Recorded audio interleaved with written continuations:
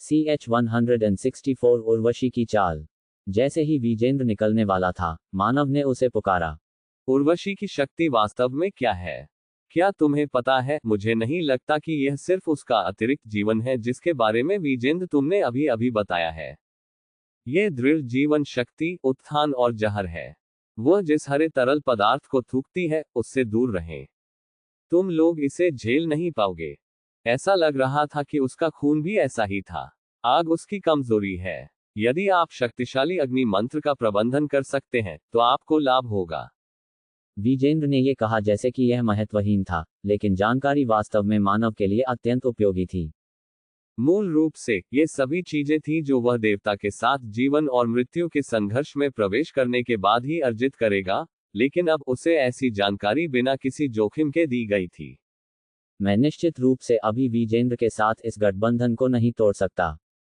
उसे अभी भी अपने सहयोगी के सच्चे इरादों को पूरी तरह से समझना था, लेकिन कम से कम अभी के लिए उसके साथ रहना इसके लायक था।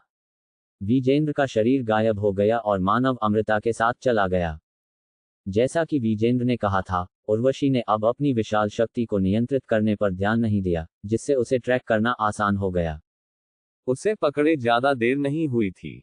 वह अपना जबरदस्त बल दिखा रही थी, उसकी आभा प्रचंड रूप से बढ़ रही थी। उसके शरीर से टकराते ही पेड़ जड़ से उखड़कर रास्ते से हट गए। फिर भी, जंगल को उजाड़ने पर तुली हुई आंधी की तरह, उसकी गति बिल्कुल कम नहीं हुई। ऐसा नहीं लगता कि वह भागने की कोशिश कर रही है। मानव ने महसूस किया कि अमृता की ओर मुड़ते ही स्थिति थोड़ी खतरनाक हो सकती है। चलो अलग हो जाते हैं और हमला करते हैं। कोई योजना नहीं है। हम एक दूसरे की सहायता करते हुए हमला करेंगे। मौके पर विस्तृत योजना बनाने की कोशिश करने की तुलना में यह अधिक कुशल था। मानव और अमृता दोनों के पास बहुत व्यावहारिक अनुभव था, जिससे वे एक दूसरे के इरादों को पूरी तरह से समझ सके। अमृता ने फिर अपने प्रक्षेप वक्र को स्थानांतरित कर दिया और किनारे की ओर बढ़ गई। जैसे ही वह उर्वशी का पीछा करता है, मानव ने अपनी अगली चाल तय की। शायद फायर मैजिक उसकी कमजोरी है। उनकी अपेक्षा से कहीं अधिक प्रभाव हो सकता है। मानव की आंखों में एक दृढ़ चमक झिलमिला उठी। उनके पीछे हटने का कोई इरादा नहीं था, क्योंकि वे पेड़ों से घिरे थे। भले ही पूरा जंगल राख में बदल जाए, फिर भी अगर वे उर्वशी से छुटकारा पाने में सक्षम होते तो यह इसका लायक होता। लावा ब्लास्ट। उसे जपने की भी आवश्यकता नहीं थी।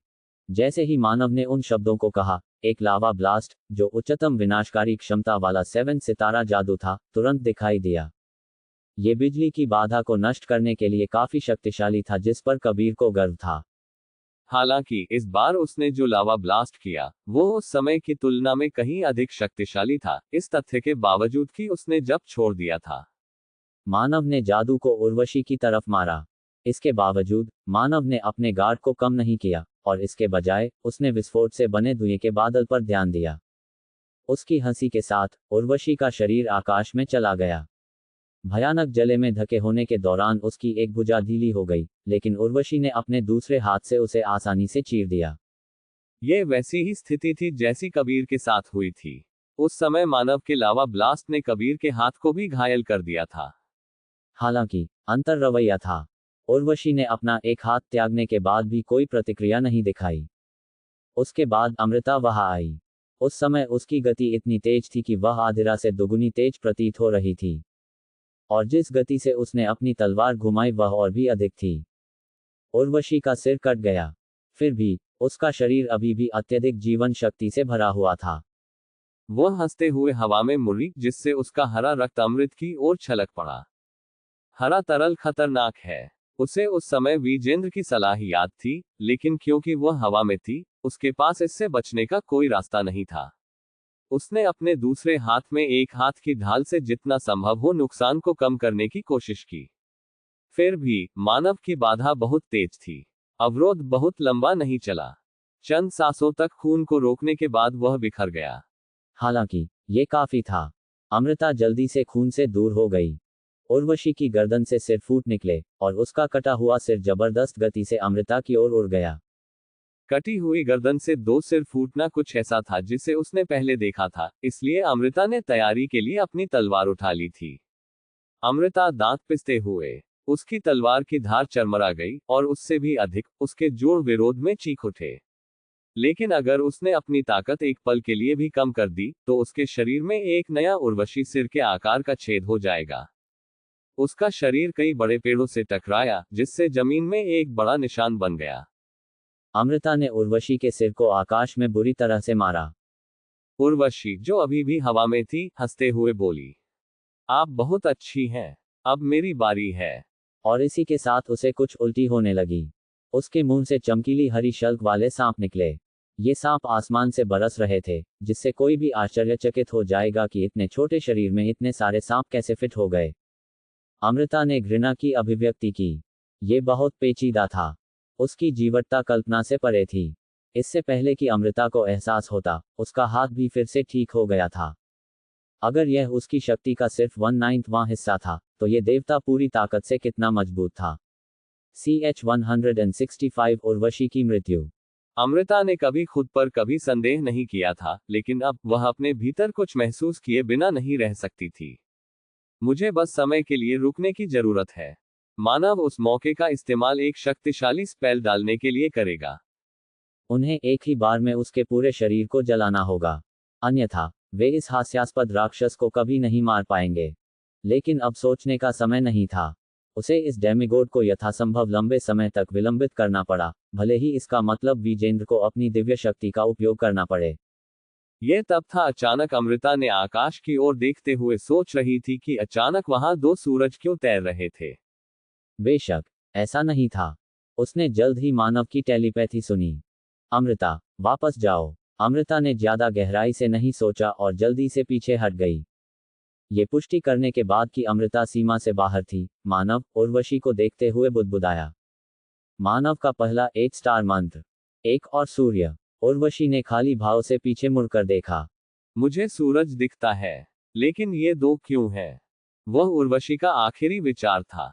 कुछ ही देर में उसका पूरा शरीर हवा में बिखरने से पहले काली राख बन गया। मानव ने डेमिगोड्स के खिलाफ अपने गार्ड को कम नहीं होने दिया, क्योंकि वह बेहतर जानता था कि वह कितनी मजबूत थी। उसे किसी ऐसे व्यक्ति के अनगिनत अनुभव हुए थे जिसके बारे में वह सोचता था कि वह मर गया है और वह फिर से उस पर हमला कर रहा है। यही कारण है कि उसने अपने गार्ड को तब तक कम नहीं किया जब तक कि वह निश्चित नहीं हो गया कि उर्वशी को निश्चित रूप से जादू से मार दिया गया हो।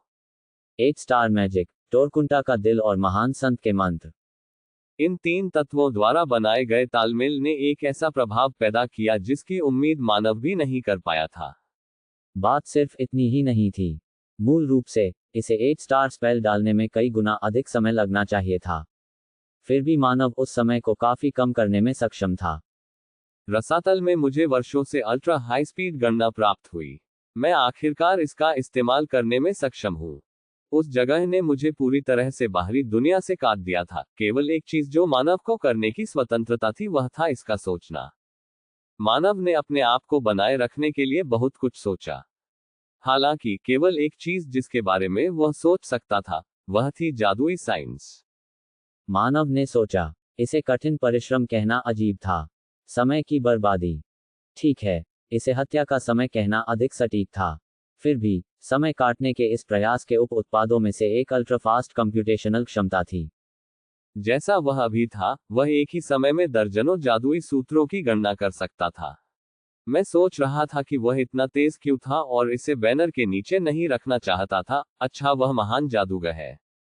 अब यह समझ में आता है। भले ही यह कितना भी जटिल क्यों ना हो, अगर उसे सैकड़ों या हजारों बार इसकी गणना करनी होती, तो अंततः वह इसका पता लगा लेता। इसका मतलब यह था कि सबसे जटिल बड़े पैमाने के मंत्र भी तुरंत बनाए जा सकते थे। जप को छोड़ने के लिए मन की जबरदस्त मात्रा की आवश्यकता होती है, मंत्र जप की तुलना में कई गुना अधिक, लेकिन उसकी भी अवहेलना की जा सकती है। जब वह आर्यन था तब मानव की वर्तमान मान क्षमता पहले से दोगुनी थी।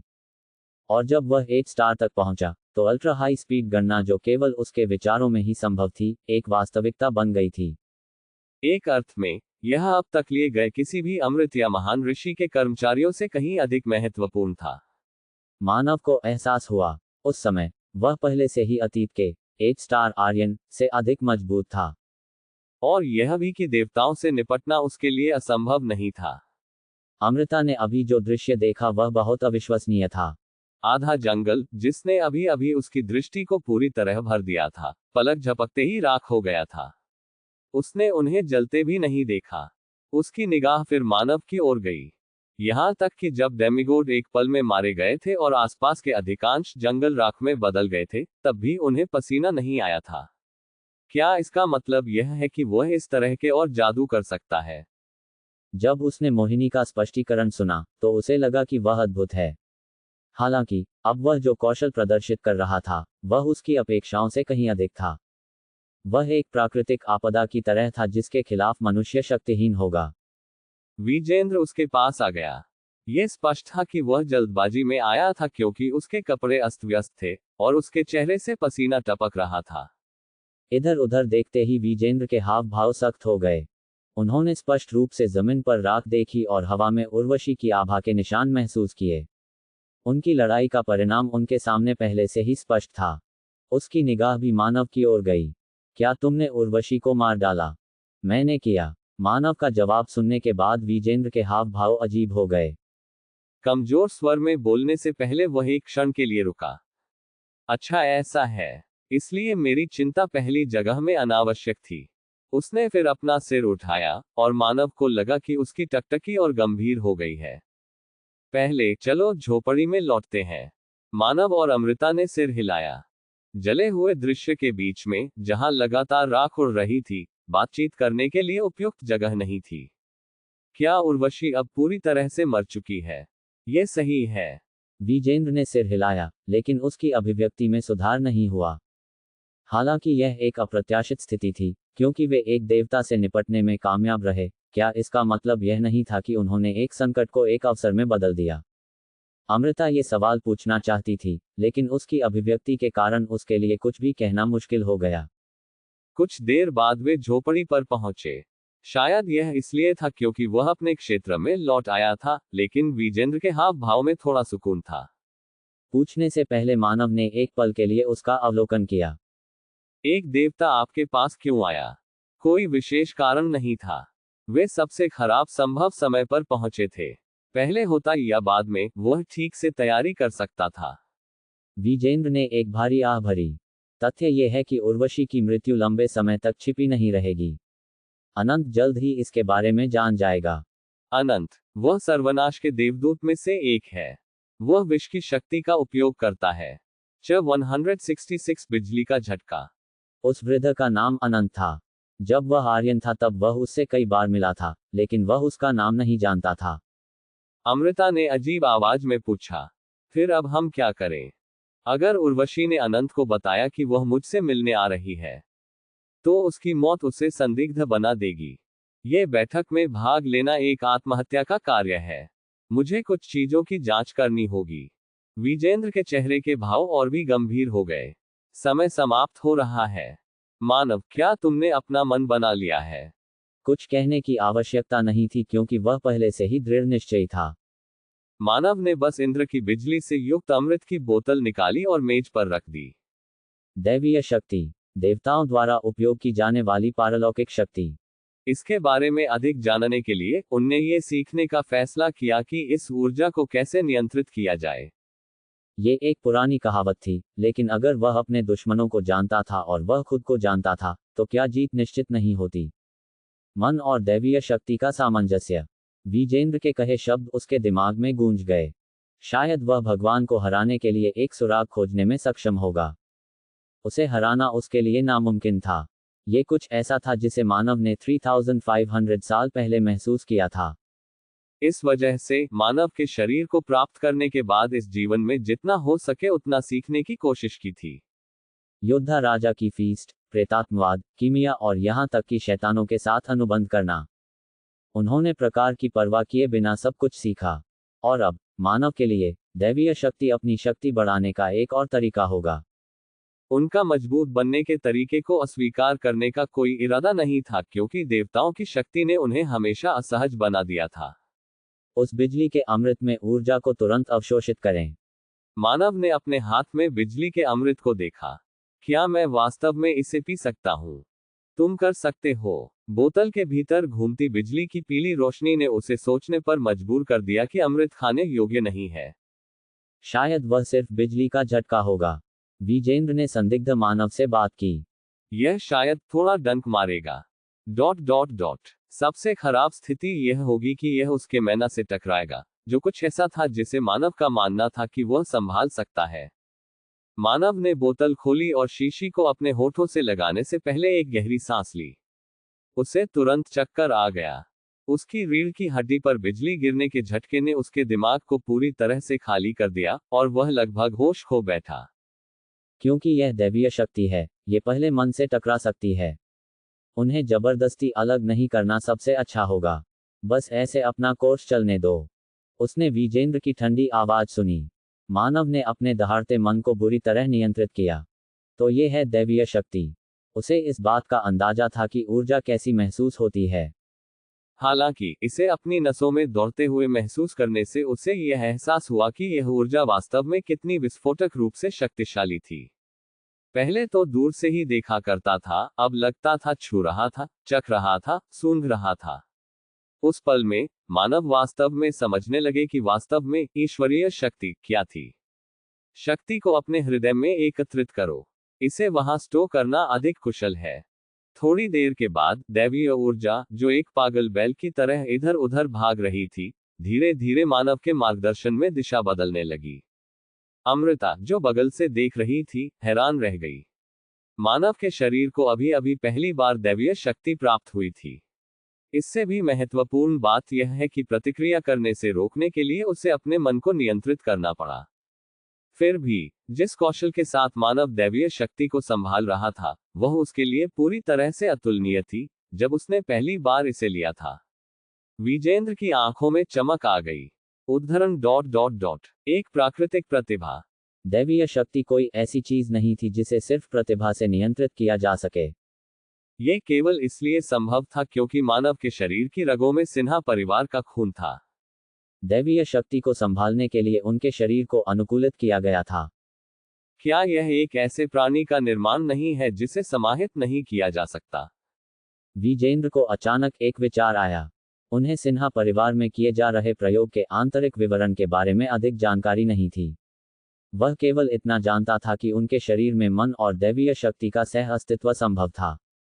हालांकि देवांश ने कहा था कि तुल्यकालन की वर्तमान दर बहुत अच्छी नहीं थी। भविष्य की पीढ़ियों में यह उच्च और उच्चतर हो जाएगा। अगर हम कुछ 100 साल प्रतीक्षा करें, तो हमें किसी भी अन्य नश्वर से बेहतर दौड़ मिलेगी।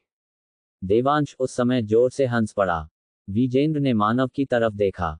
दैवीय शक्ति और मन, दो ऊर्जाएं जो स्वाभाविक रूप से सह अस्तित्व में नहीं आ सकती थीं, अब धीरे धीरे एक दूसरे को गले लगा रही थी, जैसे कि वे प्रेमी हों। इसे फ्यूजन भी कहा जा सकता है। भंवर जो मानव के चारों ओर चुपचाप बना था, धीरे धीरे कम हो गया, और मानव का शरीर, जो पतन के कगार पर लग रहा था, स्थिर हो गया। जब उसने ये देखा, तो विजेंद्र इस तरह से हंसा जैसे दशकों से नहीं हंसा था। सैकड़ों वर्ष वह कितनी देर से प्रतीक्षा कर रहा था। मानव ने धीरे से अपनी आंखें खोली। बिजली उसके सिर के चारों ओर घूमती है। बोलने से पहले एक क्षण के लिए विजेंद्र ने इसे शांति से देखा। ऐसा लगता है कि यह सफल रहा। बेशक यह सिर्फ शुरुआत थी। सिन्हा परिवार के वंशज होने के कारण उनके लिए दैवीय शक्ति का उपयोग करने में सक्षम होना स्वाभाविक था।